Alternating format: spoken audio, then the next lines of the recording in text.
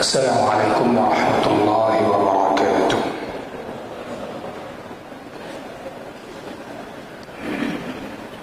الحمد لله رب العالمين، والصلاة والسلام على أشرف المرسلين وعلى آله وصحبه أجمعين ومن سلك سبيلهم ودعا بدعوتهم إلى يوم الدين. أما بعد. Pada malam yang berbahagia ini kita kembali melanjutkan bab al-muraqabah,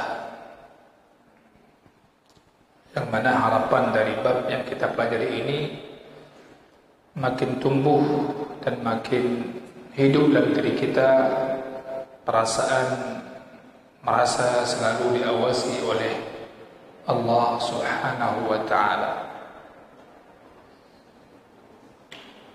Malam ini kita melanjutkan tentang iman kepada para malaikat Allah Subhanahu wa ta'ala. Sudah kita sampaikan dan kita maklumi bersama, malaikat ini alamnya berbeda dengan alam kita.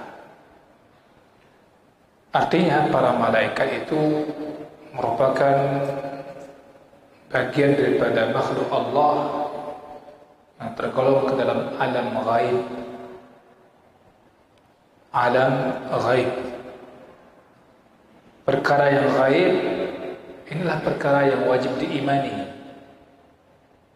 Ciri orang mukmin, ciri-ciri orang bertakwa adalah alladzina yu'minuna bil ghaib.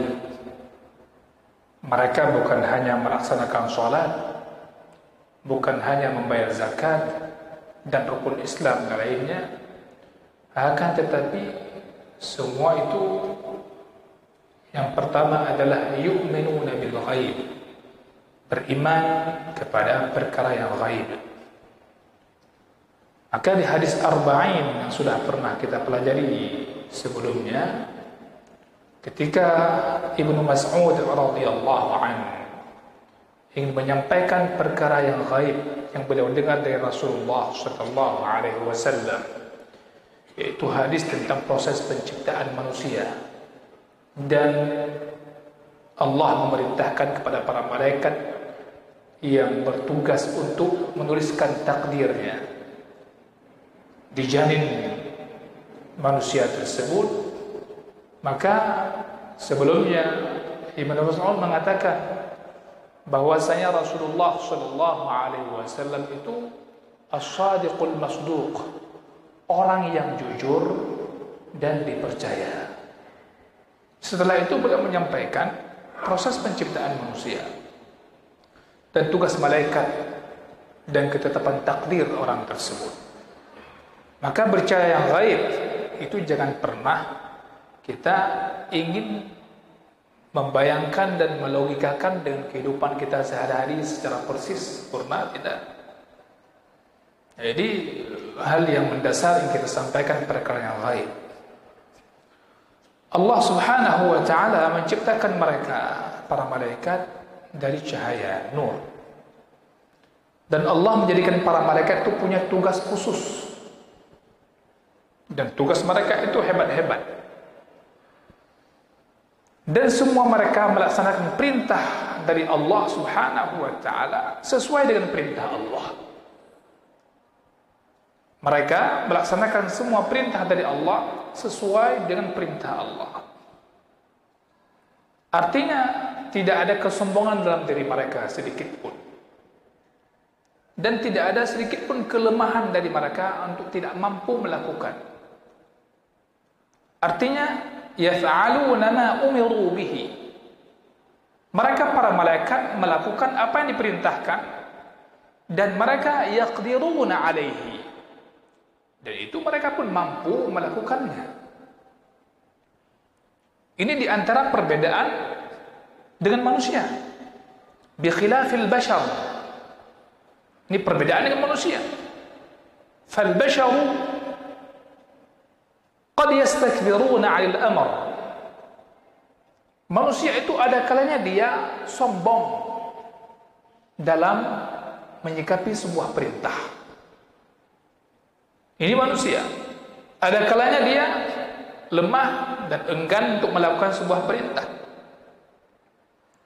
Ammal malaikatu, adapun mereka para malaikat, mereka diciptakan untuk melaksanakan perintah Allah Subhanahu wa taala.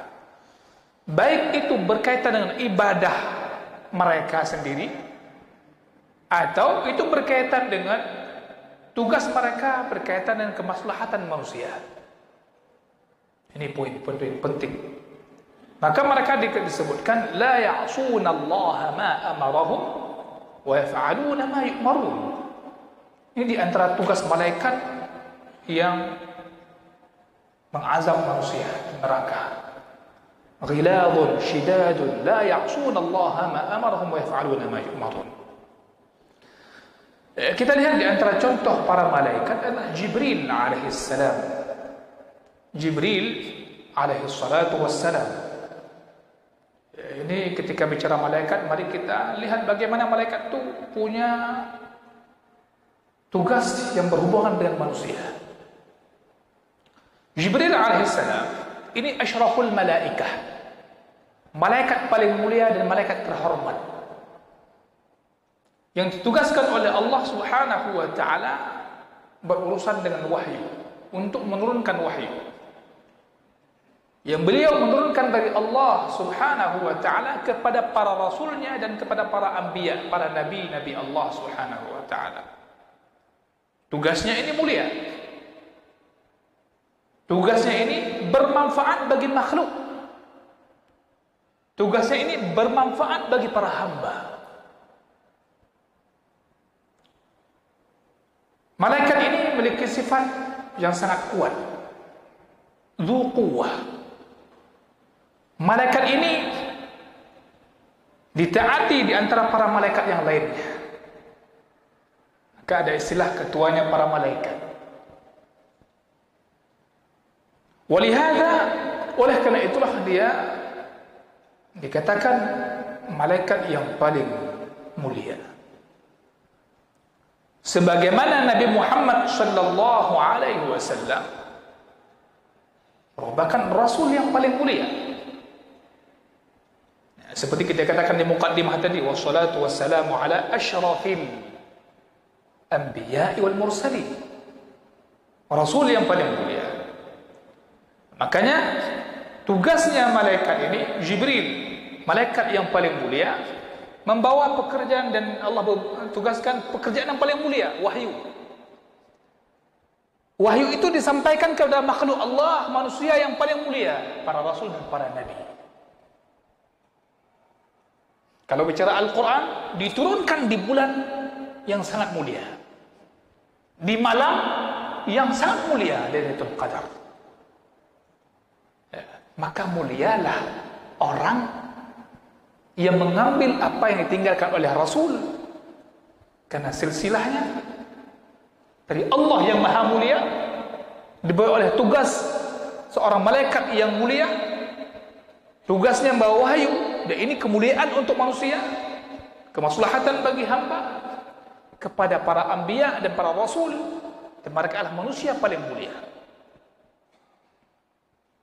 Hadirin yang saya muliakan, Allah sebutkan dalam surah An-Najm ayat 5-7 agar kita mengetahui siapa Jibril alaihissalam. Jibril adalah malaikat yang sangat kuat dan sangat tampan dan perkasa, ya. Dan dia berada di ufuk yang paling tinggi. Allah katakan, "'Allamahu syadidul quwa, dzu mirratin fastawa, wa huwa bil ufuqil a'la." Yani beliau mengajarkan Nabi sallallahu alaihi wasallam Al-Qur'an. 'Allamahu, mengajarkan Nabi Muhammad sallallahu alaihi wasallam Al-Quran. Syadidul quwa, itulah Jibril, memiliki kekuatan yang sangat. Dzu al-qawi, al-quwa asy-syadidah. Dzu mirrah, Dhu mirrah bermakna dhu hayatin hasanah, memiliki penampilan yang bagus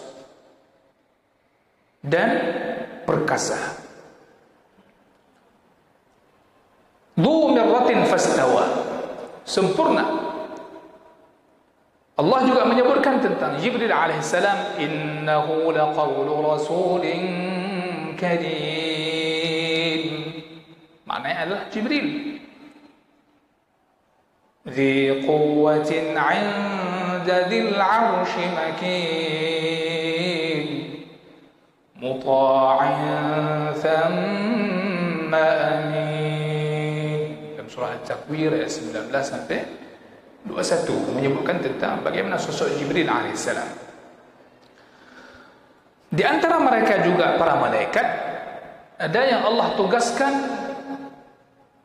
untuk kemaslahatan makhluk dari sisi yang lain, yaitu hidup atau tumbuhnya, suburnya tanah,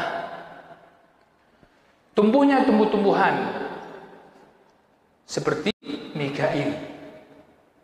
Mikail alaihi salatu wassalam. Mikail tugasnya adalah menurunkan hujan, al-qatar, makna al-matar, dan menumbuhkan tumbuh-tumbuhan. Dengan turunnya hujan, tumbuhlah tumbuh-tumbuhan. Hadir enggak ketika hujan turun, bahwa ini tugas malaikat sedang berlangsung? Allah subhanahu wa ta'ala punya malaikat yang bertugas menurunkan hujan. Ini hadir muraqabah, tidak? Sehingga ingat kepada Allah. Hujan bukan turun begitu saja. Hujan ini mengikuti perintah Allah subhanahu wa ta'ala kepada malaikatnya yang selalu siap terhadap perintah Allah. Kemudian di sini kita bisa melihat dengan tugas Mikail ini, tumbuh-tumbuhan, turunnya hujan, hiduplah fisik manusia. Hayatul abdan, menghidupkan fisik manusia. Hari ini tubuh kita mungkin tidak seperti ini. Kalau keadaan kemarau, tidak ada tumbuh-tumbuhan, tidak ada sumber makanan, ya, tidak. Maka kita pahami bagaimana hujan ini merupakan nikmat yang kita tidak pantas iri dengki kepada orang lain ketika ada di tempat mereka turun hujan. Maka kalau kita baca kehidupan salafus salih ridwanullahi alaihim, di antara mereka bersyukur kepada Allah dan senang. Ini bukti hati mereka tulus. Ketika ada turun hujan di satu tempat saudara mereka, kaum muslimin yang lainnya, mereka senang. Saudara kami mendapatkan nikmat Allah, saudara kita yang lain dapat nikmat Allah subhanahu wa ta'ala. Hadirin yang saya muliakan, maka begitu juga kehidupan manusia dan kehidupan binatang ternak dan makhluk yang lainnya. Dari dua malaikat ini kita bisa melihat yang satu, Jibril alaihissalam, tugasnya adalah memberikan dampak hidupnya hati manusia, wahyu. Dengan wahyulah hidup hati manusia. Sedangkan Mikail dengan tugasnya hiduplah badan dan berkembangnya manusia, sehatnya manusia. Jadi ada tugas malaikat, dengan itu tumbuhnya ruh manusia, hidup. Yang satu lagi tumbuh dan hidupnya fisik manusia itu sendiri. Hadirin yang saya muliakan, kemudian ada tugas, ada malaikat Israfil alaihi salatu wassalam. Ini salah satu malaikat yang memikul arash yang begitu agung, dan dia ditugaskan untuk meniup sangkakala. Allah. Dan yang mana ketika dihidupkan oleh Israfil, manusia mendengar suaranya dan sampai mereka akhirnya susah, gelisah, dan sampai akhirnya bisa pingsan. Ya, pingsan. Mati manusia saking kerasnya suara tersebut. Hadirin saya muliakan, kita kadang mendengar suara serene, ya. Serunai itu di tempat kami tinggal tuh, kalau bunyi serunai kadang hari Sabtu tuh jam 12 itu, kita berada di samping itu pula, ya Allah, cuma kadang 1 menit 2 menit, susah gelisah, anak bebeh tak. Padahal itu suaranya kecil. Tentu sangat tidak sebanding dengan suara tiupan nantinya akan ditiup oleh malaikat Israfil ini. Allah menyebutkan thumma nufikha fihi ukhra fa idza hum qiyamun yanzurun. Surah Az-Zumar ayat 68. Ketika ruh waktu itu semua bangkit dengan tiupan roh tersebut. Ketika ditiup maka bangkitlah roh.